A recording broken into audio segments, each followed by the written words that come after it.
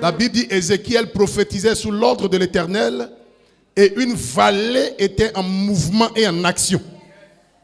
Le Seigneur refuse que certaines situations imposées, certaines conditions imposées s'imposent à ta vie, mais que ta vie en cette fin d'année soit le résultat de sa pensée et de son souhait à ton endroit. Et que ta vie puisse récolter ce que le ciel a prévu pour les enfants de Dieu et non pas ce que la terre a concocté ou alors selon la méchanceté de la terre. Voilà pourquoi nous parlons de récolte prophétique. Cet enfant que Rachel vient de mettre au monde et à sa suite un autre va suivre, voyez, n'était pas le résultat d'un effort, mais c'était la puissance de Dieu, la force du Seigneur qui se manifeste et qui apporte une réponse à la vie de Jacob et à la vie de Rachel. Je prie qu'au travers de ces paroles-là, quelqu'un puisse connaître ces bénédictions que cette famille a connues dans le nom de Jésus-Christ. Je bénis Dieu pour sa pensée. Je bénis Dieu pour sa parole. Je bénis Dieu pour la déclaration prophétique. Il y a une récolte divinement orchestrée qui est en train de se positionner à l'horizon en cette fin d'année pour certaines personnes. Je dis bien, il y a des récoltes divinement orchestrées qui se positionnent à l'horizon, selon l'œil prophétique que nous avons, qui se positionne à l'horizon pour certaines personnes. Et je dis à quelqu'un, peut-être que des gens vont pleurer, mais si tu es parmi ceux dont je parle, tu n'es pas concerné par les pleurs de la fin de l'année. Peut-être qu'il y aura quelques douleurs, mais si tu fais partie de ceux dont je parle, il n'y aura pas de douleur chez toi. Tu sais, il y a des récoltes qui sont des récoltes qui résultent d'un mérite. Voyez, c'est toi qui as sémé, voilà pourquoi tu récoltes. C'est toi qui t'es battu, donc c'est un mérite. C'est un effort qui est récompensé.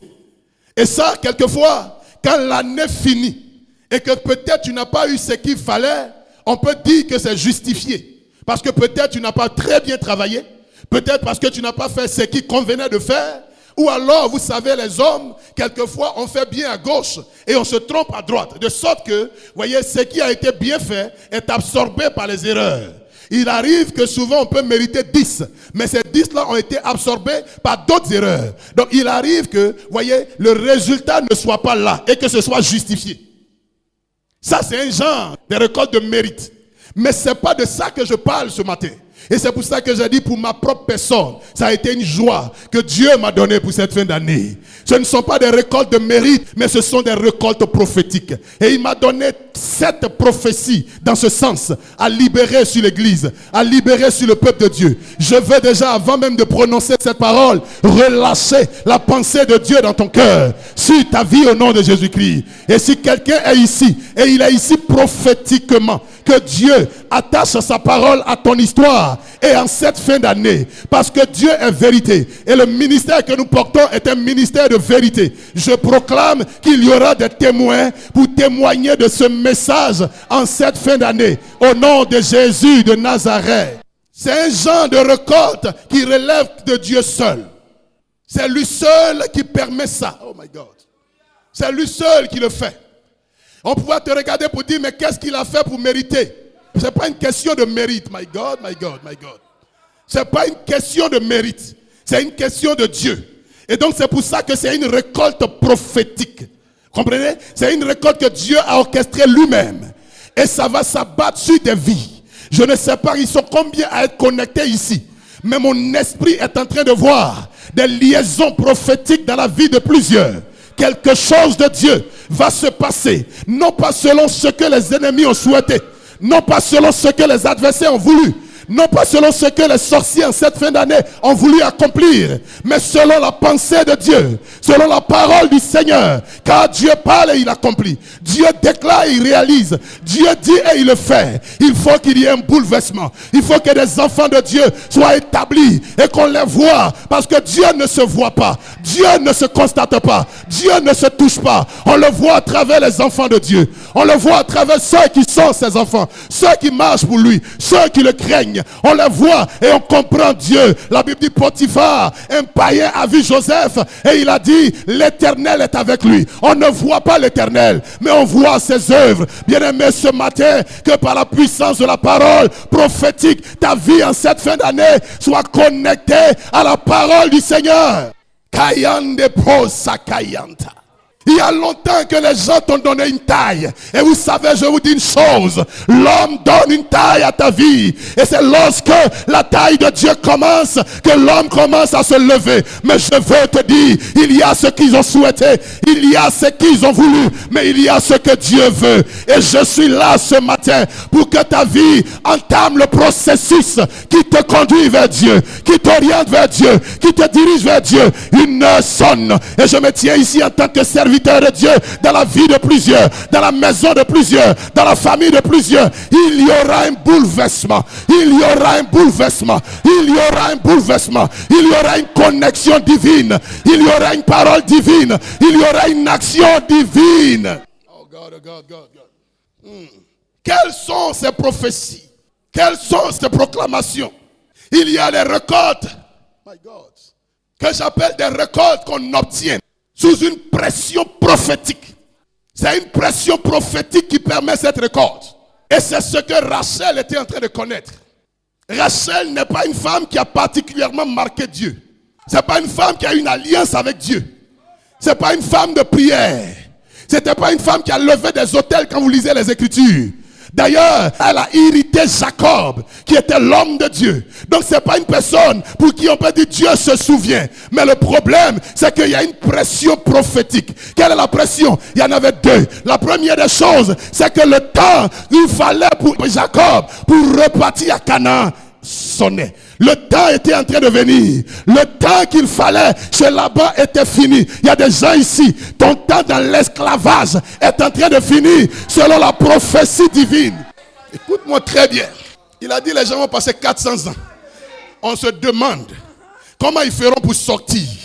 Et quand les 400 ans étaient en train de venir, un prophète est né. Vous savez, lorsque le temps que Dieu fixe arrive, les conditions pour la chose se positionnent. Il y avait un temps pour que Jacob reste chez Laban. Et après ça, il doit rentrer. C'était la première pression prophétique. Le temps était en train de finir.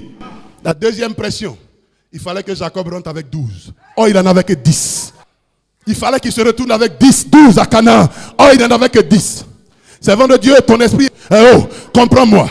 Si tu regardes très bien, dans la construction d'Israël, Dieu a toujours fait faire la chose or et il les ramène.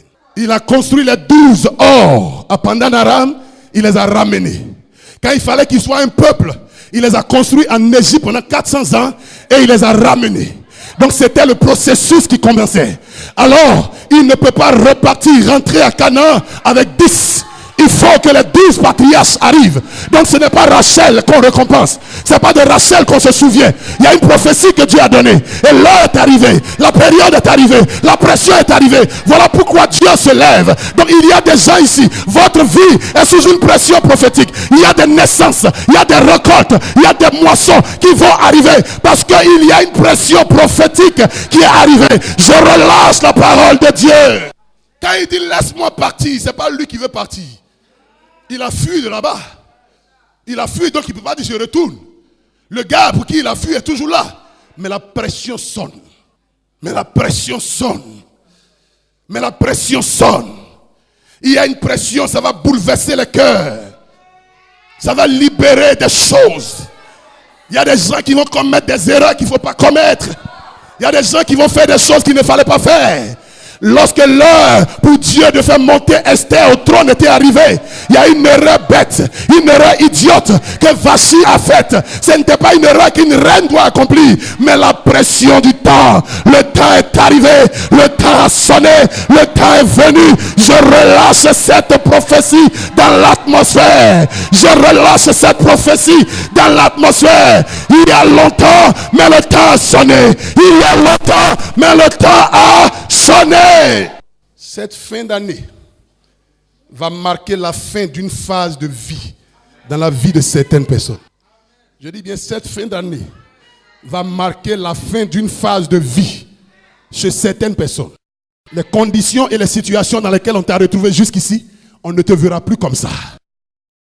La posture d'esclave ne sera plus. La posture de celui qui tend la main ne sera plus. Et la posture de celui qui est chômeur et qui n'a rien et qui n'a rien ne sera plus. Parce que c'est une phase de transition. L'Esprit de Dieu est en train d'accomplir quelque chose dans la vie de chaque être humain. Il y a ces semences que Dieu laisse. Elles ont leurs heures. Et l'heure pour la vie de quelqu'un est en train de sonner. J'établis ces paroles dans ta vie. Je les établis dans ta destinée. Je les établis dans ta maison. Je les établis dans l'atmosphère spirituelle de ta vie. C'était la fin de l'esclavage pour Jacob. C'était la fin de l'exil.